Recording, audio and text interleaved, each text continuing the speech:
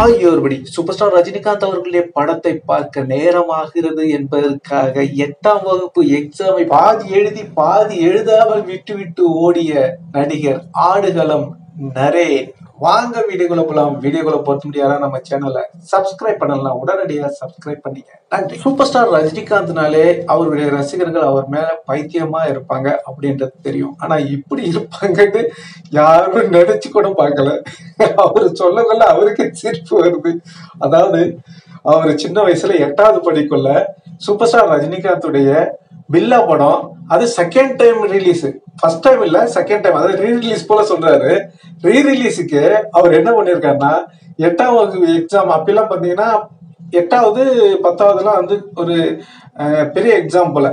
அப்போ 8ஆம் வகுப்பு எக்ஸாம பாதியிலேயே அவர் பாதி எழுதி பாதி எழுதாம விட்டுட்டு டைம் ஆயிடுச்சு, படம் போட்டுருவாங்கன்னு சொல்லிட்டு ஓடி இருக்காருங்க. இதாங்க தலைவருடைய ரசிகர்கள். அப்படி வெறித்தனமா எது வந்தாலும் அவங்க டோன் கேர், தலைவர் தான் முக்கியம். அப்படி வெறித்தனமான ரசிகர் தான் நம்ம ஆடுகளம் நரேன். என்னங்க நம்ப முடியலையா? அவர் சொன்னா கேட்பீங்களா? சரி, ஓகே, உங்களுக்காக ஒரு சின்ன வீடியோ கிளிப். 8ஆம் கிளாஸ் படிக்கும்போது ஃபைனல் எக்ஸாம் அதே பாதி பேப்பரில் எழுதி கொடுத்துட்டு ஓடி வந்தவன் நான் படம் பார்க்கறது. பில்லா செகண்ட் ரிலீஸ் அது பாத்தீங்களா? அவர் சொல்லக்குள்ள அது சின்ன வயசுல இப்போ அவருக்கு சிரிப்பு தான் வருது. ஏன்னா அப்படி வெறித்தனமான ரசிகர்கள் இருக்காங்க அப்படின்றத நீங்க புரிஞ்சுக்கணும்னு தான் சொல்றேன்.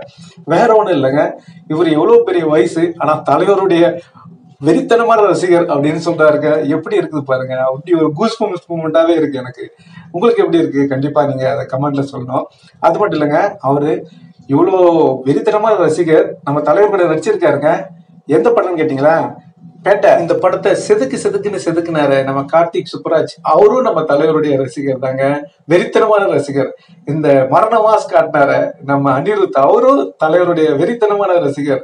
அது மட்டும் இல்லைங்க, இந்த படத்துல இவர் நரேன், ஆடுகளம் நரேன், இவருக்கு மகனா நடிச்சது யாருன்னா பாபி சிம்மா. அவரும் பாத்தீங்கன்னா சூப்பர் ஸ்டார் ரஜினிகாந்தோடைய வெறித்தனமான ரசிகர். ஒரு மேடையில பாத்தீங்கன்னா அவங்க கேக்குறாங்க, கமலஹாசன் எல்லாம் வந்திருக்காங்க, விக்ரம், நிறைய பேர், நிறைய ஆக்டர்ஸ் எல்லாம் வந்திருக்காங்க. உங்களோட பிடிச்ச நடிகர் யாருன்னு கேட்டீங்கன்னா அவங்க வந்து சூப்பர் ஸ்டார் ரஜினிகாந்த் அப்படின்னு சொல்லிட்டாரு. ஏன் கமலஹாசன் இல்லையா அப்படின்னு கேக்குறாங்க. அதுக்கு ஓகே கமலஹாசன் பிடிக்கும் அப்படின்னு சொல்றாரு. அதுக்கப்புறம் பாத்தீங்கன்னா உங்களுக்கு பிடிச்ச வில்லன் யாரு அப்படின்னு கேட்டோடனே அதுக்கும் சூப்பர் ஸ்டார் ரஜினிகாந்த்ன்றாரு. எல்லாரும் அப்படியே ஊனியும் சிரிக்க ஆரம்பிச்சிட்டாங்க. இவர் வந்து தலைவருடைய வெறித்தனமா ரசிகர் பழகுறா அப்படின்னு. அப்படி இருக்கிறாங்க தலைவருடைய ரசிகர்னு சொன்னாங்க. தலைவர்னாலே அப்படி லவ் பண்றாங்க தலைவரை. இதுதான் தலைவரின் ரசிகர்கள். பேட்ட படத்தெல்லாம் தலைவரை நேரடியா பார்த்திருக்காரு. ஆனா ஃபங்க்ஷன் எல்லாம் முன்னாடி பார்த்திருக்காரா. அப்போ தலைவரை பார்த்தோன்னே தலைவர் தான் வாங்க உட்காருங்க அப்படின்னு சொன்னாராம். அப்படியே அவருக்கு கால்லாம் நடுங்கி போச்சா. இந்த தலைவர் நம்மள வாங்க உட்காருங்கன்றாரு. நம்ம அவருடைய இப்படி ஒரு பெரிய ரசிகர்ன்றது அவருக்கு தெரியலையே அப்படின்னு சொல்லி அவர் போய் சொன்னார். சார், இந்த மாதிரி நான் ஒரு ரசிகர், நான் 8வதுல ஃபைனல் எக்ஸாம்லயே நான் எக்ஸாம் பாதியிலே எழுதிட்டு பில்லா செகண்ட் ரிலீஸ்க்கு ஓடி வந்தேன் அப்படின்னு சொன்னோன்னே தலைவர் இப்படி இல்லாம பண்ணீங்க அப்படின்னு சொல்லிட்டு கேட்டாரா. அதுக்கப்புறம் சூப்பர் ஸ்டார் ரஜினிகாந்தோடைய சார் உங்களுடைய அந்த டைலாக் டெலிவரி இருக்கு சார், செம்ம மாசா இருக்கு சார் அப்படின்னு சொன்னோன்னே, அப்படியா, அதெல்லாம நீங்க கவனிப்பீங்க? ஆமா சார், உங்களுக்கு தமிழ் பேச தெரியாது அப்படின்னு சொல்றவங்களுக்கு அதெல்லாம் ஒரு மரண மாஸ் சார். அது கண்டிப்பா எவ்வளவு உங்களுடைய உச்சரிப்பு அந்த ஒரு கோடிக்கணக்கான மக்களை ஈர்க்கிறீங்க பாருங்க.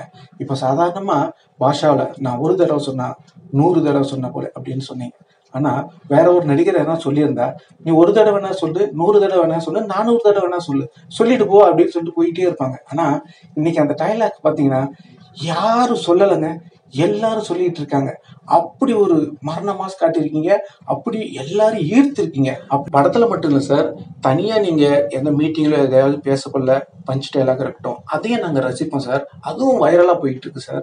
ஒன்றும் இல்லை, விக்ரம் படம், அதாவது விக்ரம் ஒரு படத்துல பேசியிருப்பாங்க, அது சாமி படத்துலயா, அந்த டைலாக் நீங்க வந்து அங்க அந்த வெற்றி விழாவில் பேசியிருப்பீங்க. எவ்வளவு அற்புதமா அவரும் பேசியிருப்பாரு, நல்லா இருந்திருக்கும். ஆனா நீங்க பேசக்குள்ள அந்த மேடையே அதிர்ந்துச்சு சார். அவரு 1 சாமி 2 சாமி 3 சாமி 4 சாமி 5 சாமி 6 சாமி ஐபிஎஸ் அப்படின்னு சொல்றாரு. நீங்க அப்படியே 1 சாமி 2 சாமி 3 சாமி 4 சாமி 5 சாமி 6 சாமி ஐபிஎஸ் அப்படி சும்மா அதிர விட்டுறீங்க இல்லையா சார்? அது உங்களுடைய ஸ்டைல், உங்களுடைய அந்த டைலாக் டெலிவரி அவ்வளவு அற்புதமா இருக்கு சார், நான் ரசிப்பேன் சார் அப்படின்னு சொல்றேன். அப்படியா, ஓகே அப்படின்னு சொல்லிட்டு தலைவர் கேட்டுக்கிட்டு இருந்தாரா. அதுக்கப்புறம் அவங்க 2 பேரும் பேட்ட படத்துல பேசிக்கிட்டு இருப்பாங்களா. உங்களுக்கே தெரியும், பேட்ட படம் நீங்க பார்த்துருப்பீங்க, நான் எதுவும் சொல்ல தேவையில்ல. ஓகே நண்பர்களே, நீங்க சொல்லுங்க, சூப்பர் ஸ்டார் ரஜினிகாந்துடைய பில்லா படத்துக்கு, அது செகண்ட் டைம் ரிலீஸுக்கு அவரு 8வது கிளாஸ் ஃபைனல் எக்ஸாம பாதி பேப்பர் தான் எழுதிட்டு பாதியே எழுதாம டைம் ஆடிச்சுன்னு ஓடி இருக்காரு. இதை பத்தி நீங்க என்ன நினைக்கிறீங்க? உங்களுடைய கருத்துக்களை கமெண்ட்ல சொல்லுங்க. இந்த தகவல் உங்களுக்கு பிடிச்சிருந்தா லைக் பண்ணுங்க, ஷேர் பண்ணுங்க, கமெண்ட் பண்ணுங்க, முக்கியமா சப்ஸ்கிரைப் பண்ணுங்க. நன்றி, வணக்கம், ஜெய் ஹிந்த்.